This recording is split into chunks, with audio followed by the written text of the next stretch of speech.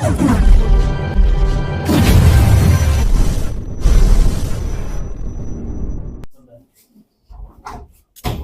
हरियाणा प्रदेश में जो भारतीय जनता पार्टी का सदस्यता अभियान चला है, ये हमारा संगठन का पर्व है।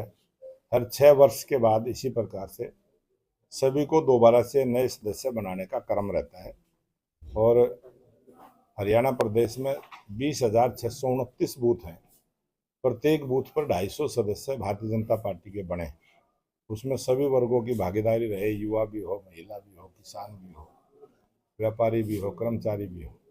और पूरे हरियाणा प्रदेश में 50 लाख सदस्य बनाने का जो टारगेट लिया है, इस 2024 के लोकसभा चुनाव में 60 लाख से ज़्यादा वोट हमें मिली थी और हमने लक्ष्य रखा 50 लाख सदस्य बनाना और उसमें 17 लाख सदस्य कल तक हमारे पूरे हुए हैं और 30 नवंबर तक हम इस टारगेट को पूरा करेंगे। आज 4 विधानसभाओं की इसी प्रकार से कार्यकर्ताओं की बैठकें रहेंगी और तेज गति के साथ भारतीय जनता पार्टी का मजबूत संगठन खड़ा हो। जिस प्रकार से हरियाणा में तीसरी बार भारतीय जनता पार्टी की स्पष्ट बहुमत की सरकार बनी है, ये क्रम लगातार जारी रहे और ये देश से विकसित राष्ट्र बनने की और तेज गति के साथ अग्रसर हो। विकसित हरियाणा हो, विकसित भारत हो और नॉन स्टॉप हरियाणा का जो विकास का काम है वो तेज गति के साथ चले। इसलिए हम भारतीय जनता पार्टी को बूथ स्तर पर मजबूत करते हुए काम करें। पहले सर हरियाणा में बीजेपी सरकार लेकर आई, कांग्रेस की सरकार नहीं आई, उन्होंने ईवीएम पर सवाल उठाए। अब जो हेलीकॉप्टर खरीदे जा रहे हैं प्रदेश सरकार द्वारा, उसके ऊपर भी काफी बयानबाजी हो रही है। ये कांग्रेस के स्वभाव में है, ये उनके विचार में है। अगर देश में प्रदेश में कहीं भी विकास के काम होंगे वो इसी प्रकार से आरोप प्रत्यारोप की राजनीति करते हैं। देश में अगर अच्छे एयरपोर्ट बनेंगे तब भी कांग्रेस पार्टी ने सवाल उठाए हैं, प्रश्न चिन्ह लगाया है। देश में अगर कोई विकास के लिए नई सड़कों का निर्माण होगा, नई सड़कों के निर्माण में भी वो किसी न किसी बहाने से कोई न कोई आंदोलन चलाने के प्रयास में रहे हैं कि विकास की गति रुके। और हरियाणा सरकार ने जब रोजगार देने की बात आई तब भी भर्ती रोको गैंग बनाते हुए कांग्रेस पार्टी ने बेरोजगार युवकों को रोजगार ना मिले कोर्ट तक में जाके केस लड़ने का काम किया है। कांग्रेस पार्टी ने इतने पाप किए हैं कि वो देश में विकास के रास्ते को रोकने का भी उन्होंने काम किया है और देश के अंतर लोकतंत्र को भी खत्म करने के लिए कांग्रेस पार्टी ने जो 1975 में इमरजेंसी जैसा कानून इस देश में लेके आए और लोकतंत्र की हत्या की।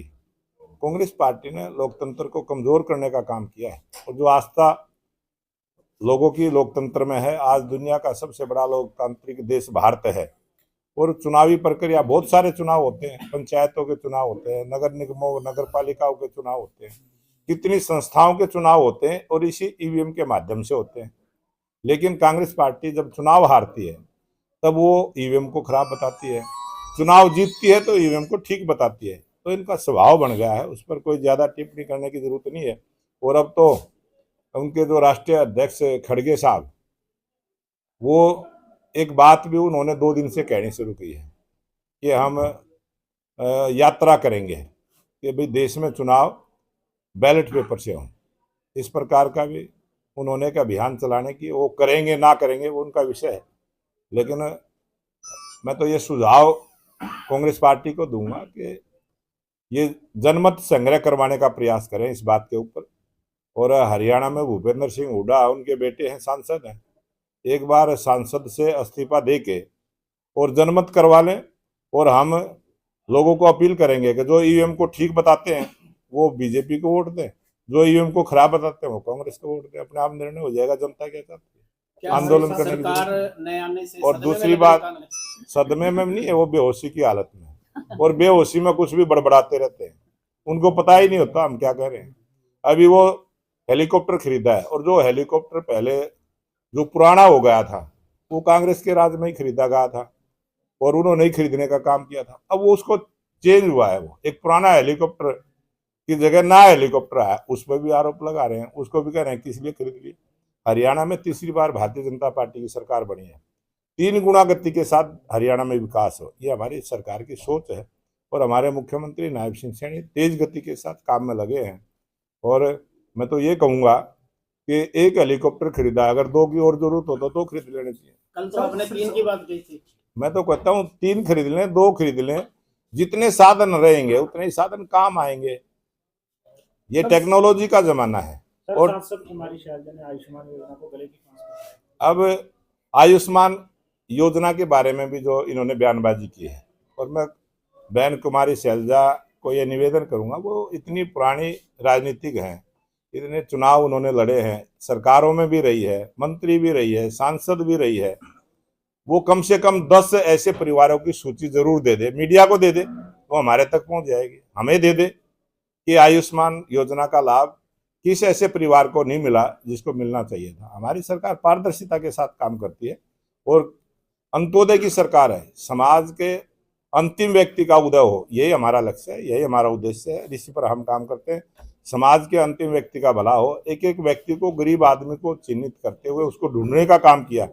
पहले की सरकारों ने गरीब आदमी सरकार को ढूंढता था, अब ऐसी भारतीय जनता पार्टी की सरकार है वो जो गरीबी को ढूंढती है, उसके उत्थान की बात करती है, उसकी भलाई की बात करती है, उसके इलाज की चिंता करती है, उसके खाने पीने की चिंता करती है।